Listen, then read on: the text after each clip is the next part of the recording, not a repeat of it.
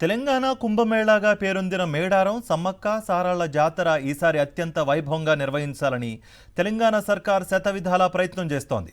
మంత్రి సీతక్క మేడారం మహాజాతర బాధ్యతను భుజాల మీద వేసుకుని మరీ ఆ పని చేస్తున్నారు. ఈ మహోత్సవంలో ఆధునిక సాంకేతికతను ఉపయోగించాలని భావిస్తున్నారు. దీంతో మేడారం జాతర సకల హంగులతో కొత్త రూపు సంతరించుకోబోతోంది.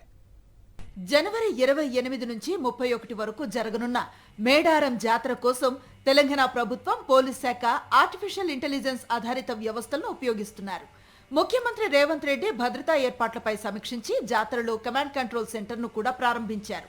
మేడారం 2.0లో భాగంగా ఎన్నో మార్పులు చేస్తోంది కాంగ్రెస్ ప్రభుత్వం. శాంతి భద్రతల పరిరక్షణ కోసం ఎవరూ తప్పిపోకుండా ప్రజలందరికీ సురక్షిత జాతర అనుభవం కలిగించేలా భద్రతను పర్యవేక్షించేందుకు టీజీ ఫస్ట్ అనే అత్యాధునిక ఏఐ డ్రోన్ వ్యవస్థను ప్రవేశపెట్టారు. ఈ వ్యవస్థ ద్వారా 30 చదరపు కిలోమీటర్ల మేర విస్తరించిన అటవీ ప్రాంతం, జంపన్న వాగు, రద్దీ రోడ్లపై ఈ డ్రోన్లు నిరంతరం నిఘా పెడతాయి. ఈ డ్రోన్లతో పాటు హీలియం బెలూన్లకు అమర్చిన పాన్, టిల్ట్, జూమ్ కెమెరాలు ఎత్తు నుంచి రద్దీని విశ్లేషిస్తాయి. తొక్కిసలాట జరిగే అవకాశం ఉన్న ప్రాంతాలను ముందే పసిగట్టి అధికారులను అప్రమత్తం చేస్తాయి. దాదాపు 13,000 మంది పోలీస్ సిబ్బంది ఈ టెక్నాలజీ సర్వేలైన్స్ విధులను నిర్వహించనున్నారు. మేడారం జాతరకు కోట్లాది మంది వస్తూ ఉంటారు. ఇక ఈ ఏడాది 3 కోట్ల మంది భక్తులు వస్తారని అంచనా వేస్తున్నారు అధికారులు. జాతరకు వచ్చేవారు ఎవరు తప్పిపోకుండా ఉండేందుకు చర్యలు చేపడుతున్నారు. గత జాతరలో దాదాపు 30,000 మంది వరకు తప్పిపోయిన అనుభవాలను దృష్టిలో ఉంచుకొని ఈసారి geo tag based missing persons tracking వ్యవస్థను తీసుకువస్తున్నారు. వొడాఫోన్, ఐడియా సహకారంతో ఈ విధానం అందుబాటులో ఉంటుందని చెప్తున్నారు.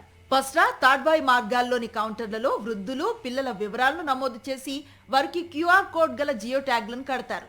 దీంతో వారు ఎవరైనా తప్పిపోయినా ఈ ట్యాగ్ను స్కాన్ చేయడం ద్వారా వారి పూర్తి వివరాలు తెలుస్తాయి.